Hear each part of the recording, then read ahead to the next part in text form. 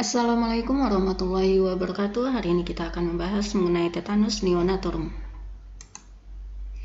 Tetanus neonatorum adalah penyakit infeksi yang terjadi melalui luka irisan pada umbilikus pada waktu persalinan akibat masuknya spora Clostridium tetani yang berasal dari alat-alat persalinan yang kurang bersih dengan masa inkubasi antara 3-10 hari. Namun, dapat dicegah dengan imunisasi tetanus toksoid. Hal ini ditandai dengan kekakuan umum dan kejang otot rangka. Kekakuan otot biasanya mengenai rahang dan leher.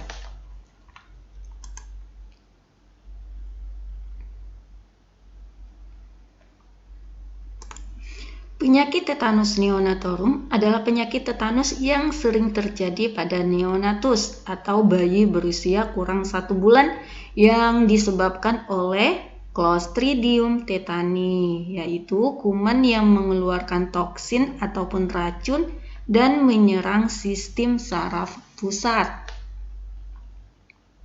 Jadi, Clostridium tetani adalah di mana kuman berbentuk batang, lurus, langsing yang berukuran panjang 2-5 mikron dan lebarnya biasanya 0,4-0,5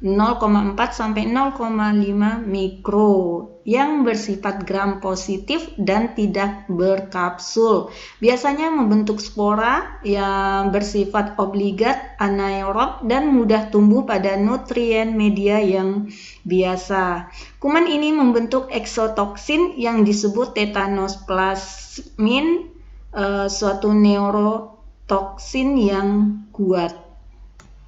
Clostridium tetani biasanya berkembang cepat pada jaringan yang rusak ataupun yang luka dan dalam suasana anaerob basil, tetanus berubah dari bentuk spora ke dalam bentuk vegetatif ya. Jadi pada keadaan itu Clostridium tetani mengeluarkan eksotoksin yang menyebabkan penyakit tetanus. Pada waktu itu, Clostridium tetani dalam bentuk vegetatif akan sangat sensitif terhadap panas dan beberapa antibiotik dan tidak dapat bertahan karena adanya oksigen. Sebaiknya dalam bentuk spora sangat resisten pada keadaan panas dan antiseptik biasa. Terus spora ini juga dapat hidup pada pemanasan autoklav 121 derajat Celcius selama 10-15 menit dan relatif resisten terhadap phenol dan bahan-bahan kimia lainnya. Jadi dalam bentuk spora Clostridium tetani ini dapat tahan hidup bertahun-tahun di dalam tanah asalkan tidak terdapat sinar matahari.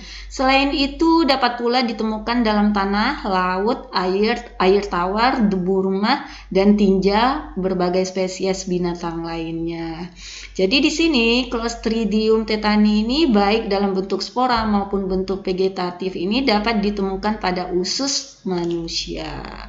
Oke, untuk patogenesis di sini, di mana spora dari kuman tersebut masuk melalui pintu masuk satu-satunya ke tubuh bayi baru lahir, yaitu melalui tali pusat yang dapat terjadi pada saat pemotongan tali pusat, ketika bayi baru lahir maupun saat perawatannya sebelum puput ataupun lepasnya tali pusat. Itu adalah patogenesisnya, gitu ya.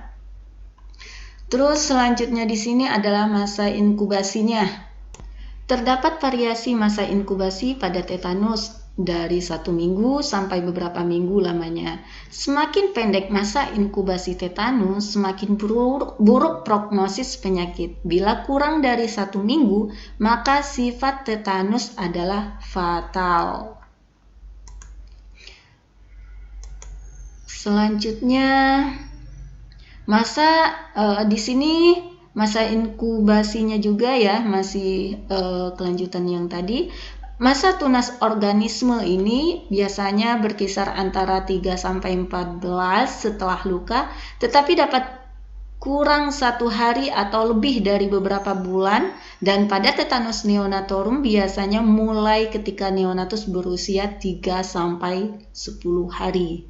Jadi sejak kuman masuk ke dalam tubuh bayi sampai mulai timbulnya gejala masa inkubasi dibutuhkan waktu 3-28 hari, rata-rata 6 hari ya.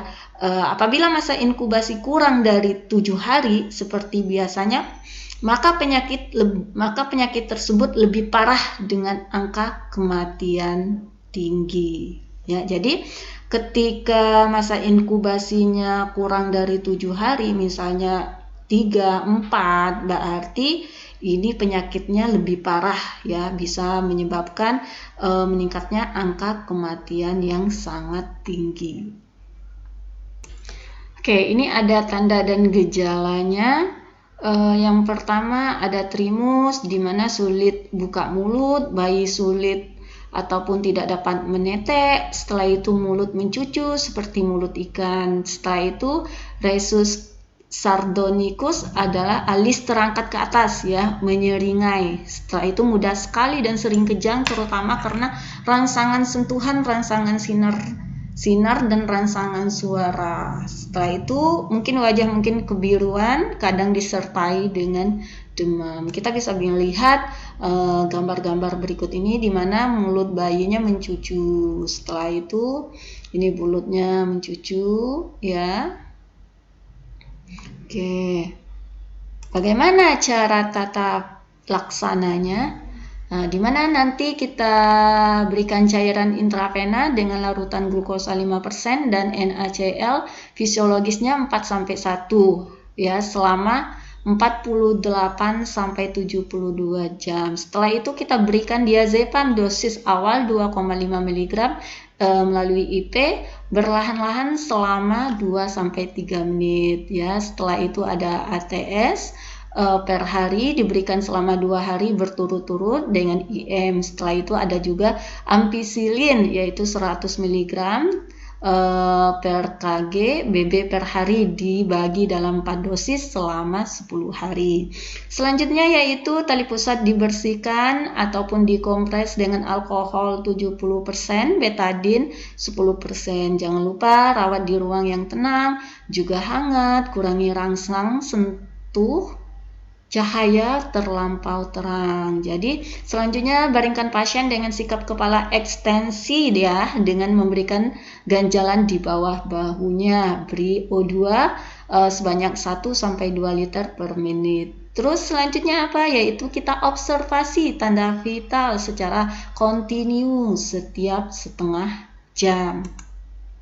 Untuk pencegahannya adalah di mana kita melakukan pemberian toksoid tetanus kepada ibu hamil 3 kali berturut-turut pada trimester ketiga. Yang selanjutnya di mana kita melakukan peningkatan pelayanan antenatal dan pertolongan persalinan 3 bersih, yaitu bersih diri, bersih tempat, dan bersih alat.